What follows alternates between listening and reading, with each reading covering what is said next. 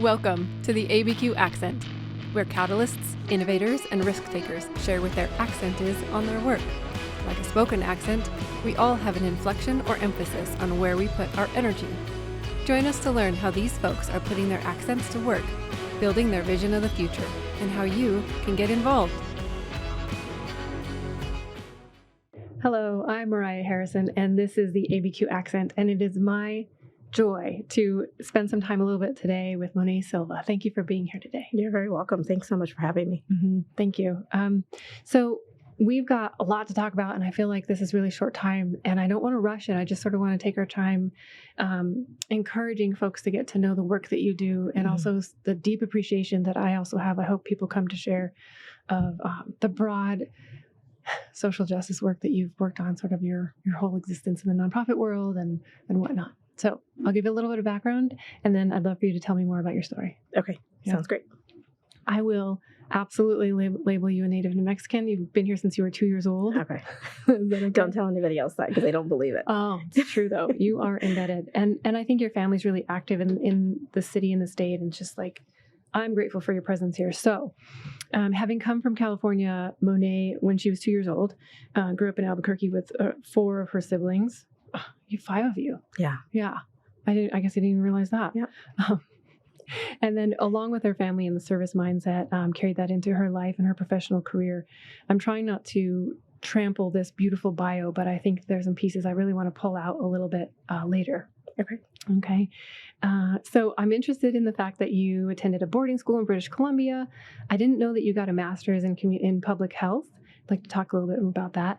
And also, when I was 14 years old, I also went to Honduras as a student exchange person. I didn't know that. Yeah. So I'd like to hear about what you were doing in that rural hospital. Okay. And I know that you also, you mentioned here that you have 4 beautiful grown children and you live with your wife and your golden doodle, but I know that you have a big, robust family that is not just in Albuquerque, but you have a big, beautiful family that you spend a lot of time with.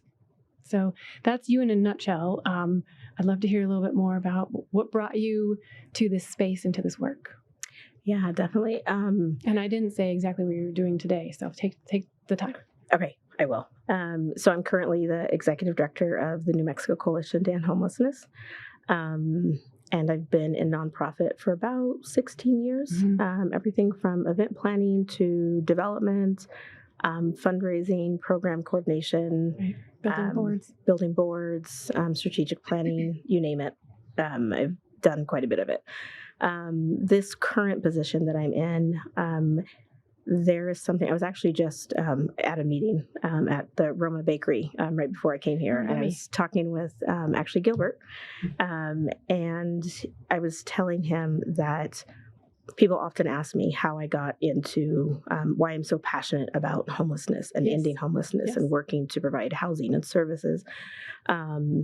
And it's always come back to me of like, do I have personal experience with homelessness? And I don't.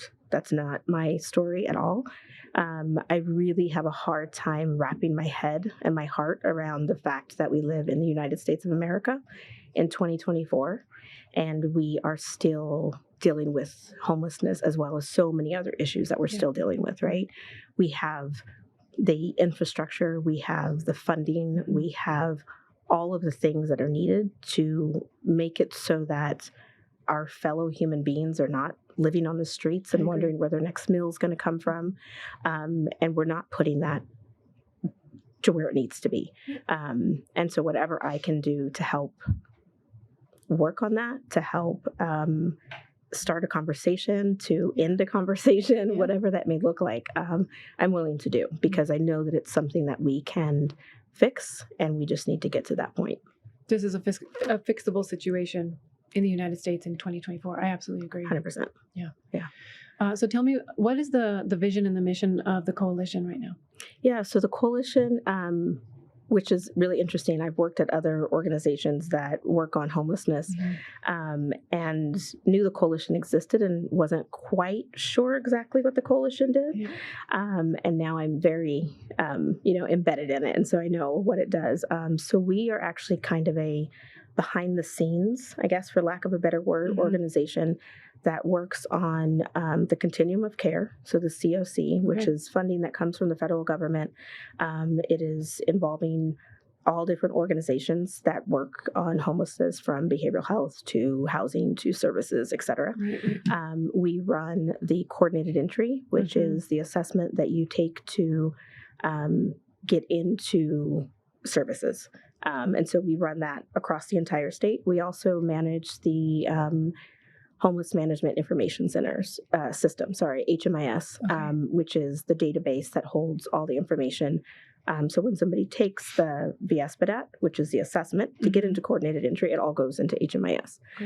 So we do all of those things, as well as we have amazing on-the-ground navigators that really help individuals and families that are experiencing homelessness to get the documentation that they need, anything they need to prove that they're homeless, to get IDs, to make sure they have birth certificates, any of those things, so that when housing and services are available for them, that they are ready, that they are able to show up and say, here's information that you need, and be able to get the housing that you need. So we often say that we don't do direct service, but I think the more that I learn about the organization, the more that I see how my staff really move through the community, there is a sense of direct service that we do on a daily basis. Direct impact. Direct impact, right? Yeah, exactly. And a navigator is not the same as a case manager. No. Yeah. What do you think their scope is? So the navigators are really helping the clients to, like it says, navigate the system, right? They're making sure that they understand what's needed. There's a federal rule, which I will not say if I do or do not agree with, that you have to prove 12 months of homelessness before you can get into services. 12 months, right? As a country, that didn't happen. Exactly. We are asking people to be on the streets for 12 months in order to then give them services, which is a little crazy to me. But using federal money. Using federal money, right, yeah. So there's other funding that can be used in a different way, that doesn't have to go through those same parameters. But if it's money that's coming from the federal government, there's certain rules that we have to follow. So navigation is really helping individuals and families be able to get the documentation that they need, understand the system, which is really important, right? Because I think you and I, as people who have homes and have, right, the privilege of having those things, navigating these systems is difficult. So imagine, right, you're on the streets and you're trying to figure out where to sleep that is safe, where to get food from, where to, if you're living out of your car, where to park your car that might be safe, how to get your children to and from school. Right. So navigating the system, that's a whole nother piece. So our navigators really help to just make that a much easier thing for them. It's not always easy, right? We're dealing with people and their own issues. But really helping to do that, as opposed to, and so once we have that done, we then are able to turn that over to the case managers, and they're able to then take it from there and say when housing is available, so on and so forth. So that's kind of what the navigators do. Okay, so there's connection from your navigators into other systems or wherever those individuals need placement. Yeah. So a case manager that they may end up working with thereafter your navigator could be working with maybe heading home or the city of Santa Fe or something in particular, wherever they need. And many times the navigators, stay involved. The case managers will call back and say, hey, what about this? Or, what's going on with that? So, but we really are trying to build a system within the coalition, so internally and externally to the coalition, that our systems are just what they are, right? They work exactly. The navigators are doing exactly what they're supposed to do up until that point, and then they turn things over to the case management or whoever the next piece in that system might be.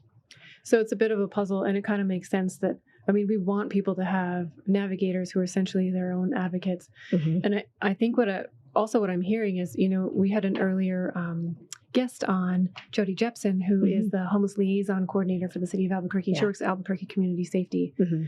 And it sounds to me like the approach for you is very similar, where you meet people where they are. Yeah. You do their very best to acknowledge them as humans who need assistance. And then from there, there are a number of different ways that things can go. But the point is that the coalition and your partners do your very best to help somebody really just get their needs met. Yeah, exactly. And I really appreciate what you just said. And I don't know if those are Jody's words too, but I often use that of, right, we need to meet people where they're at. And I think so often, we hear people say that, oh, we shouldn't be giving people food on the corners, or we shouldn't be doing this or shouldn't be doing that, right? Yeah. In that moment, that might be what they need. Exactly. Right? They're asking you for a sandwich. They're asking you for money to go get food. They're asking you for money to go get a hotel. Maybe next week, they might be in a place that they're able to start making those moves towards getting into housing or getting into services or whatever. But if what they're asking for in that moment, that's where we need to meet them, because those are their needs. Yeah, I love that. And there's more that we can talk about the coalition, because I think it's incredibly powerful work. I want to spend a quick minute on some of the additional work that sort of comes with the coalition, but I think you would be doing anyway, even if you weren't with them, and that is good policy work. You just came out of the legislative session, and I know that you are one of the hardest workers that I know, and you're quiet about it. Yeah, I want to truly acknowledge the emotional and time work that you put in for these types of things, for improving these systems as a whole. Talk to me a little bit about that piece that you would really love to see improved with policy. Ooh, we only have 30 minutes. Yeah, we can do sessions. Okay. I think that good policy makes everything else go around, right? If we have good policy for homelessness, housing, domestic violence, whatever it may be, that's going to impact how people are able to navigate the system and how to be able to get through the system. So policy work feels very almost personal to me. I think that, just the way that I was raised was to make sure that we are always sticking up for others and that we are always fighting for others' rights as well as our own, but that we are always in that battle. And that's what policy work feels like, right? That we are laying a better foundation for ourselves, for our children, for our grandchildren, for generations to come with good policy. And so being at the Roundhouse is one of my favorite things, and one of the things that kind of make me cringe a tad bit also, right? Because it's a lot of work. It's a lot of different ideals and looking at things from different ways. But we're not going to get anywhere if we don't all come to the table and have a conversation. And so it's just, it's really incredibly important. And as much as I'm like right now still, resting and trying to, gain back up my strength from being there for 30 days straight, I'm really looking forward to the interim. I'm really looking forward to the 60-day session next year, because we have to continue doing the work, right? This is not done in just these little tiny increments. This is continuous work that we have to do to make sure that we get to live in a society that looks the way that we want it to look. Yeah, that's a really beautiful perspective to make the point that this is personal, because it's not just from your heart, but it impacts individuals on a personal level. Yeah, the outcomes of that policy. Right. Yeah, definitely. So as you're coming out and you're trying to regain your peace and your breath, and I know that you're also a big believer in self-care, and you even have a little bit of a self-care line, Monet Silva Wellness, which I use some of your essential oil-based products, right, from my emotions and my energy. I will tell you that. Where are you now with sort of, is there a best practice for Monet's personal self-care? Is there like a place that you go to? Is there a book that you read? I know you're a big reader. Yeah. And a rester. And you believe in rest. Yes. All of the things I believe in. I read something the other day that said that a house without a library doesn't have a soul. Right. And and I had never seen that before. And I was like, oh my gosh, like that's really impactful. And we, Renee and I, we have a library at our house, and I know that, that's not something everybody can say. We have, a library that's part meditation room, that's part all of these things. And we've really taken time to curate it with the books that have impacted our lives and the books that have brought us joy and sometimes just silliness and, all of those things, but a place to be able to like go and rest and relax and read and educate and many times, get angry because there's more policy that needs to be done and all of those things. But I think I also really tell people that, like, I am the queen of self-care. If you had asked me when I was 25, I was just doing the things, right? I was work. I was, being on all these boards. I was doing all these things. And not that I do things different. I still do that, right? There's a lot of work. There's a lot of board service. There's all of those types of things. But being able to understand, like, I need to stop and take a step back and fill myself up in order to be able to continue doing the work. Because if I'm not good, I can't continue this work. I can't continue, being a good partner to my wife. I can't continue being a good mom to the kids or, an ama to the grandbabies or, any of those things. So we have to stop. And so, I mean, if you're asking specific, like reading and being outdoors and massage and water is something that, if I'm like really needing it, we will take a trip to a lake, to the beach, to wherever, because it's something that just really rejuvenates. So I think that if I could pass something along to younger people, people my age, people older than me, I don't care who it is to, as much as we want to do the work and succeed at it, we really have to stop for a moment and take care of ourselves in order to continue to do the work that we're doing. So there's a real element of being able to separate yourself from work because work is not what defines us. Even if you're good at it, even if people are relying on you, there's a place in your energy field, in your life, that really demands intentional energy towards your own spirit. Right. And so, I mean, I take every word you said for truth in that you have such deep belief in the self-care. And which I maybe I should say it out loud that I've taken inspiration from. I appreciate that. Thanks.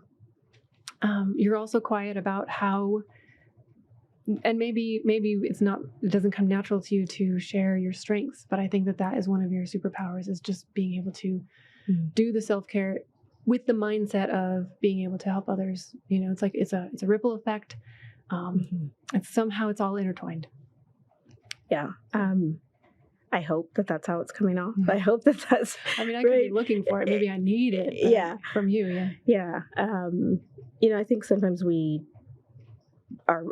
really hard on ourselves, right? I need to be doing more. I need to be resting more. Whatever the way is. So there has to be some sort of balance of that, right? We want to be good at what we do. I think it's like, for me, it's really important to do a good job in the work that I'm doing. And I'm always willing to have a conversation with staff members, with colleagues, with whoever about, right, something that I personally can improve on, something that our organization can improve on.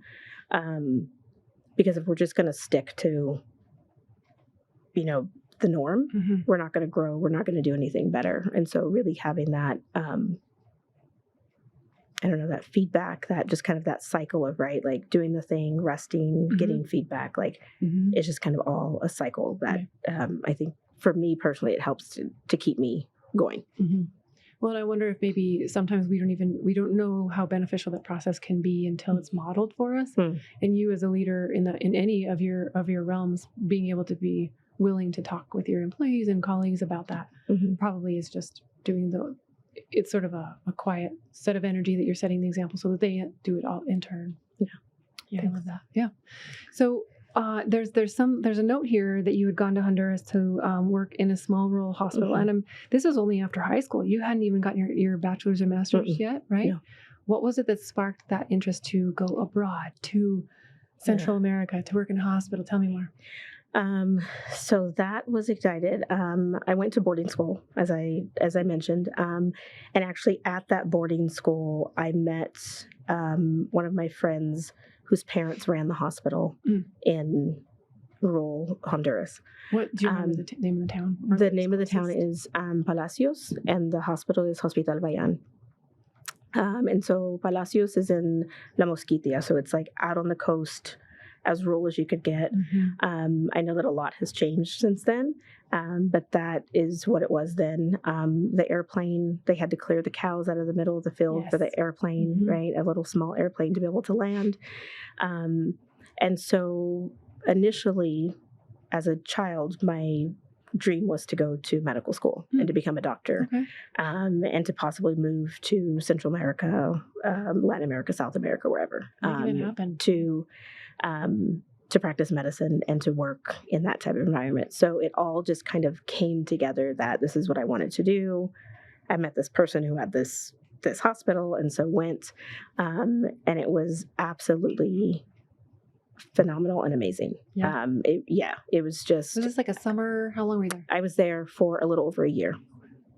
And learned a lot about myself as an 18-year-old, who, of course, we know everything at 18, and had to quickly realize that probably still needed my mom a little. Oh, yeah. But the friendships that were gained, the life experience that was gained. I have delivered babies. I have performed C-section by candlelight. I have, people would come in off the boats with the bins. I mean, you name it, we have done it. So from birth to death, everything, it's not the type of thing that you would have gotten being able to work at a hospital in the States, right? If you go volunteer at a hospital in the States, you are taking papers back and forth or rocking babies or, and not that those things aren't important. But this really, it was just really life-changing, and also just getting a better understanding of how people live outside of the United States. Oh, sure. And, For sure. How different that is. And was able to travel around Honduras quite a bit. Did you go to Copan? I did go to Copan, and I had my passport stolen in Copan. Oh. Side note, but that's a different conversation. True. Yeah. But amazing, beautiful. Mm-hmm. I was talking, one of my staff members is from Tegucigalpa. Mm-hmm. And so I was asking her the other day if she knew how to dance the punta, and she was like, yes, Yes. right. So we had this whole thing. But yeah, it was I think it was one of those times in my life that just really altered everything for me. And when I had actually decided that I wasn't going to go to medical school, one of the doctors at the hospital was an MD, MPH.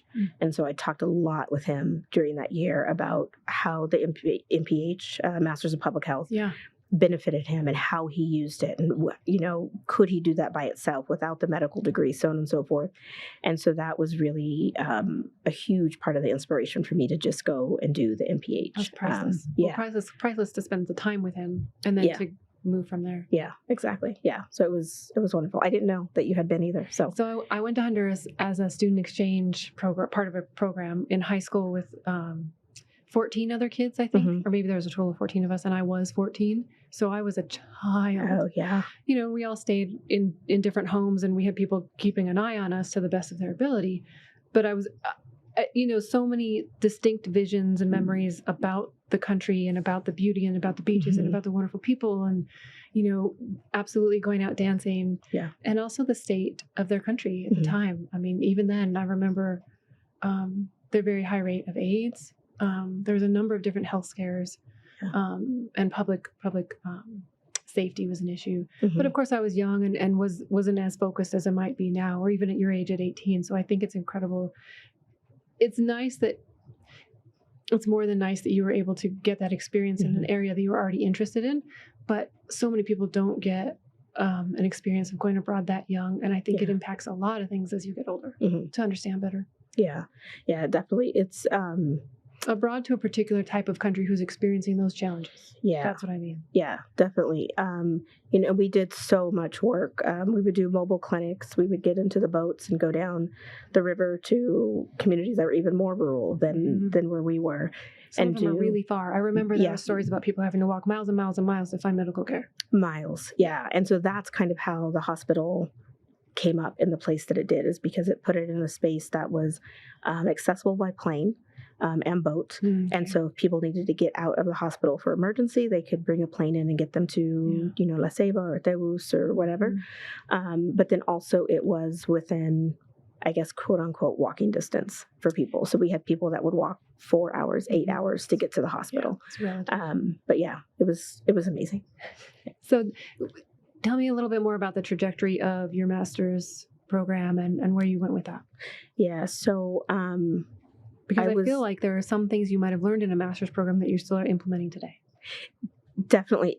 For a while, I had this kind of a saying of, I spent all this money on a master's of public health and I don't even use it. But as I step back, all of the nonprofits that I have worked in have been some sort of health-based nonprofit to a sense, social justice in that type of way. And so really being able to use a lot of that. My master's thesis that I did was on maternal and child health.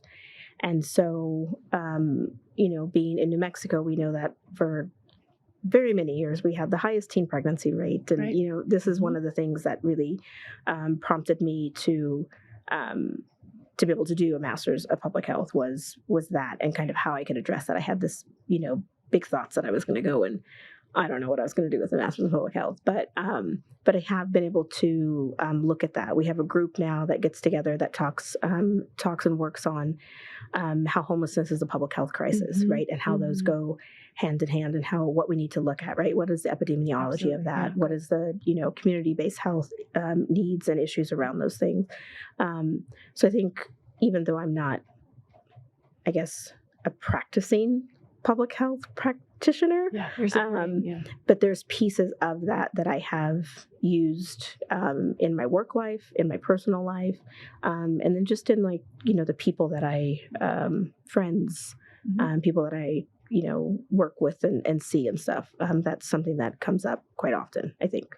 Yeah, I think so too. It's another one of those things that's intertwined. Yeah. You probably also have one of the better understandings of the social determinants of health than most people, and how so many of the services that are offered right now are tied to that.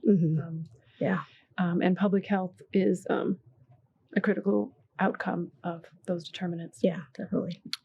For better, for worse outcomes. So shockingly, we're running out of time. Okay. So I will say that I'd love to have you back to dive a little bit deeper into this, because I think, it's not just that right now homelessness is a critical piece of what Albuquerque as a whole is experiencing, but nationally.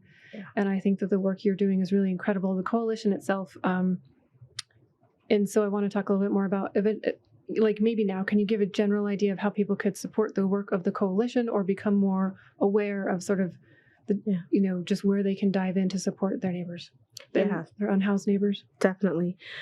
So at the coalition specifically, I was thinking about this actually on the way over here, because I was watching some of your other interviews. We don't have a ton of volunteer opportunities per se as the coalition, because of the type of work that we do. Correct. We do have volunteers that come out with us to do the point in time count, the pit count that just happened in January. We're working on getting those numbers done, so we have a snapshot of what homelessness looks like in Albuquerque as well as the rest of the state.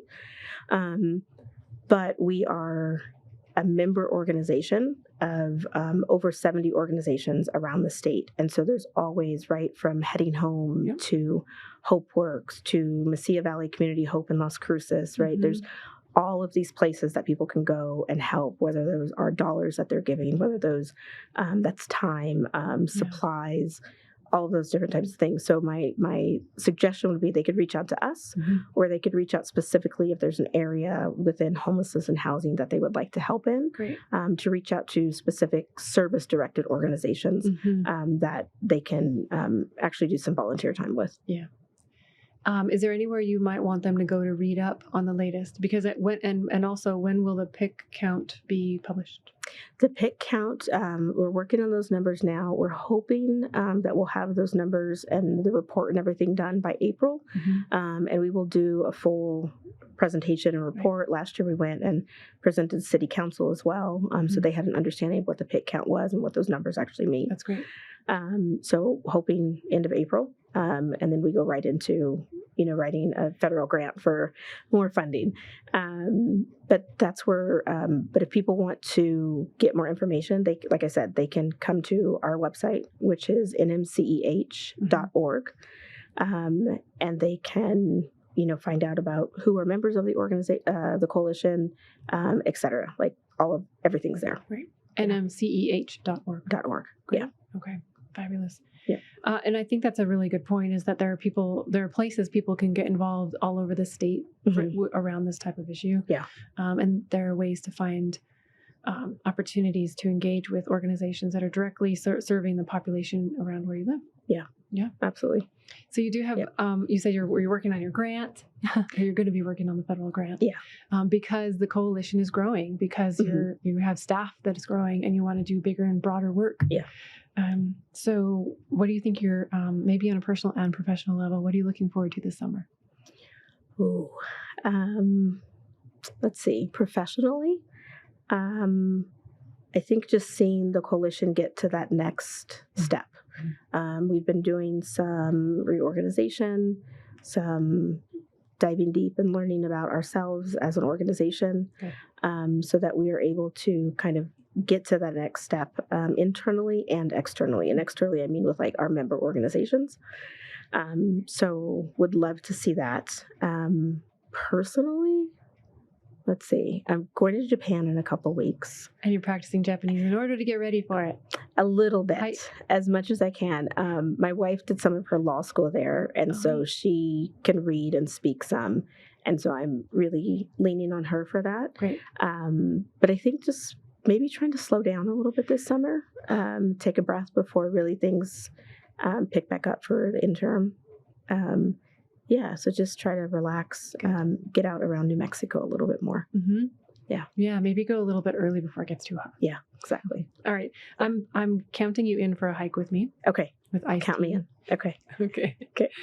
So as we go out today, I really want to acknowledge again, you were one of those people who work from the heart. And I met you back in the day when we were volunteering for TEDx ABQ.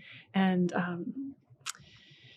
I think that the people around you really benefit from that heart work and the leadership that you sort of just, you walk the talk and get the work done. And I appreciate who you are.